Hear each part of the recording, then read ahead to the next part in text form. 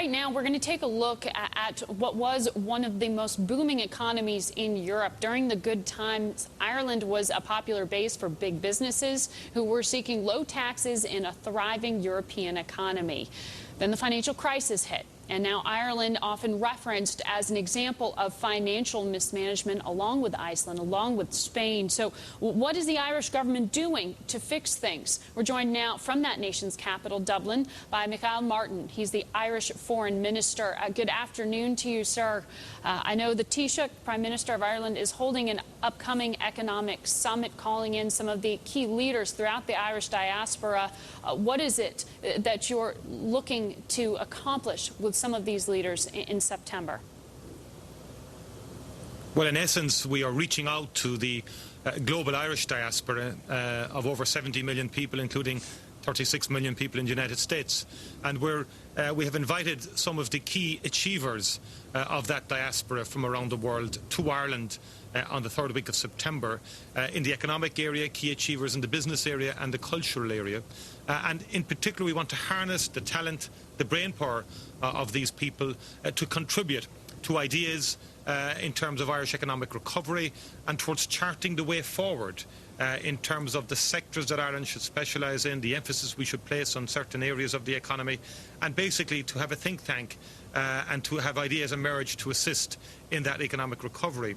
Secondly, we also want to develop a stronger network among the Irish diaspora around the world. We have some very significant achievers in business and economic activity, and I think it's important that they network for their own benefit and for the benefit of Ireland itself. And we're looking forward. Over 180 people have responded to the Taoiseach's invite. The themes of the conference will cover the global economy and, of course, in relation to Ireland. We have taken very strong measures in terms of both correcting the fiscal deficit over the last 12 months, and we are currently bringing a proposal through the legislator, an asset relief management agency, to develop clean banks, to develop the flow of credit to the real economy. And we have, of course, our referendum on the Lisbon Treaty in relation to the European Union coming up on the 2nd of October. So we have very significant events which will commence the return of Ireland to recovery. This conference, this Global Economic Forum, is part of that, and we're looking forward to a very exciting and interesting weekend in Ireland, in Dublin. You were just referencing there the effort to take bad assets off of banks' balance sheets. Ireland having suffered the claims of, the difference between Ireland and Iceland's a matter of a letter. When September 16th, that date you referenced, comes up, the plan to take bad assets off banks' balance sheets is going to be put forward. What's the outlook there? How much is this plan going to cost the Irish people?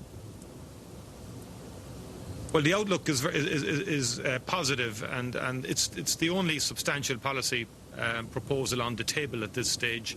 The exact precise valuations on the loan book of the banks will be announced by the Minister in the legislature next week. So we'll have the precise details there, but there are very strong protections built in for the taxpayer. The forecasts I've seen are about half of GDP. Is that accurate? The Wall Street Journal had reported it's going to be about half of Ireland's GDP. Well, obviously, the figures are market sensitive, and you'll appreciate that it's the preserve of the Minister for Finance to reveal those the precise figures when he stands up in Dáil, and I don't wish to preempt that here this afternoon. But I'm very confident in the proposal and in its capacity to deal in a comprehensive way with the issue of the loans and the assets, which are primarily property-based. Unlike the subprime scenario elsewhere. And equally, I would say to you that in addition to that, the fiscal correction that we have made have improved market sentiment in relation to Ireland. And may I say, there are significant differences between Iceland and Ireland, the principal one being, of course, that we're a member of the Eurozone economy, and we have benefited significantly from flows of credit from the European Central Bank. And being part of that network has been a significant advantage to Ireland working its way through this unprecedented crisis. Well, as we wrap this up, because we're running out of time, sir, I do want to ask you referenced the Eurozone. When it comes to the European Union, the Lisbon Treaty, that vote coming up October the 2nd to create a singular foreign policy entity within the EU, will that pass this second time around in Ireland? Yeah, I'm hopeful that it will pass. Of course, it's going to be a tough and challenging campaign. The opinion polls has the yes side ahead at the moment by a significant gap, but of course a lot depends on the nature of the campaign and the manner in which the campaign is conducted. But very significant work has been put into it, and Ireland has always been at the heart of the European Union. It has won significant American investment on that premise, and indeed many of our own indigenous companies export their goods and services to the European market, and have benefited from that diversification. We have to head out right now. Thank you, Minister Martin, for joining us.